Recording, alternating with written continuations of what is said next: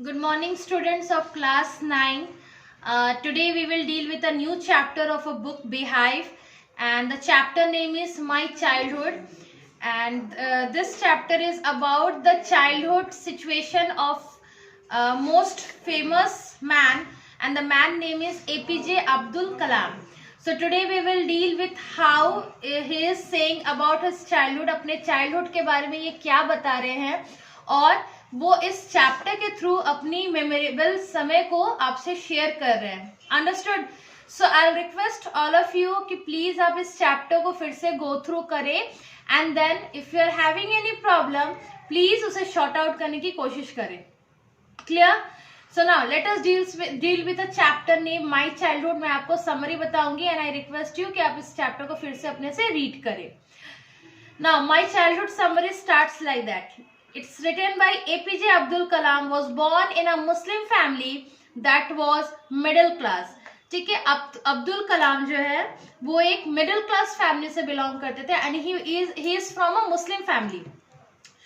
Furthermore, he had 3 brothers. How many brothers he is having? इनके 3 भाई थे. Moreover, Kalam also had 1 sister. Means उनकी family में उन लोग 3 brothers थे and 1 sister थे. Furthermost, his father and mother were both of good nature. Obvious, उनके mother father की nature बहुत अच्छी थी. Moreover, Kalam's childhood house was ancestors. And जिस घर पे वो रहते थे, it was of ancestors. Ancestors क्या होते हैं? पूर्वजों के घर. Understood? Now, the father of APJ Abdul Kalam lived a life that one can say was very simple.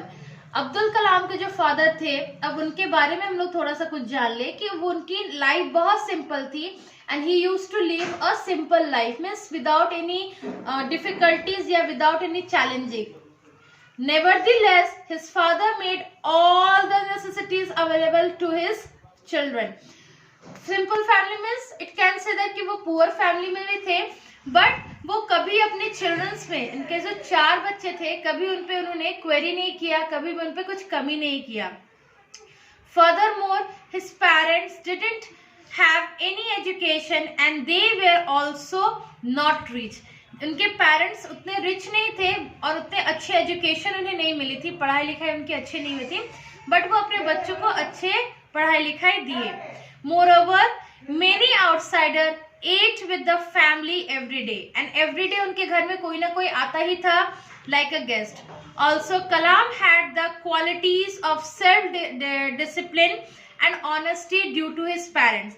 Obviously बात है, पेरेंट्स के ऊपर ही बच्चों की ड्यूटीज, पेरेंट्स के ऊपर ही बच्चों की हैबिट्स रिलेट करती है. So family of Kalam was so काम एंड सो गुड कि अब्दुल कलाम को भी उस तरह का फैमिली बैकग्राउंड मिला और वो भी उस तरह का नेचर सीखे. Now Kalam's family was secular in nature. His family gave an equal amount of respect to all the religious.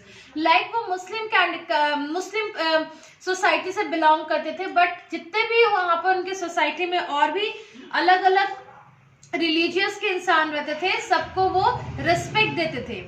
Furthermore, there was particular participation from his family in Hindu festival.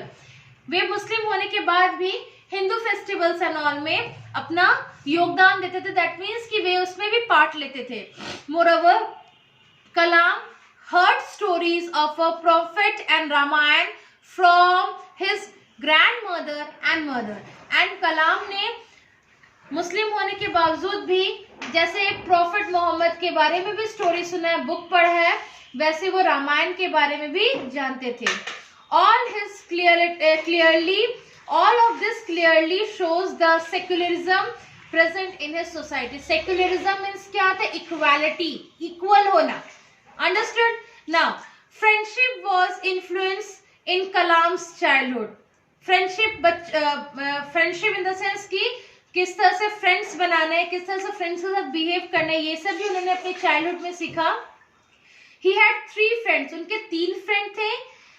Their religious background were different and all are having a different background. Moreover, there was not a trace of feeling or of discrimination among those friends. वे तीनों अलग अलग background से, अलग अलग religious से belong करते थे, but वो कभी भी अपने में इस चीज को लेके लड़ते झगड़ते नहीं थे. All these friends including Kalam went into different profession. And जब वो बड़े हो गए, बड़े होने तक इनकी फ्रेंडशिप एक साथ थी, and they were all having a different profession also, but they were best friend. In 5th standard, a new teacher came to the class of Kalam. जब वो 5th standard में थे तो नए टीचर उनके स्कूल में आए. In class, Kalam was wearing a cap. He was wearing one cap in a classroom. This cap certainly gave Kalam a distinct Muslim identity. आपको पता ही होगा मुस्लिम लोग एक व्हाइट कलर का कैप पहनते हैं, तो वो ऐसे ही पहने हुए थे एंड उसे बताया जा रहा था कि he was a Muslim. Moreover, Kalam always sat near Ramanand, a Hindu priest's son, and he always used to sit with one friend of his whose name was Ramanand. और वो क्या थे? एक priest, एक हिंदू पंडित के बच्चे थे.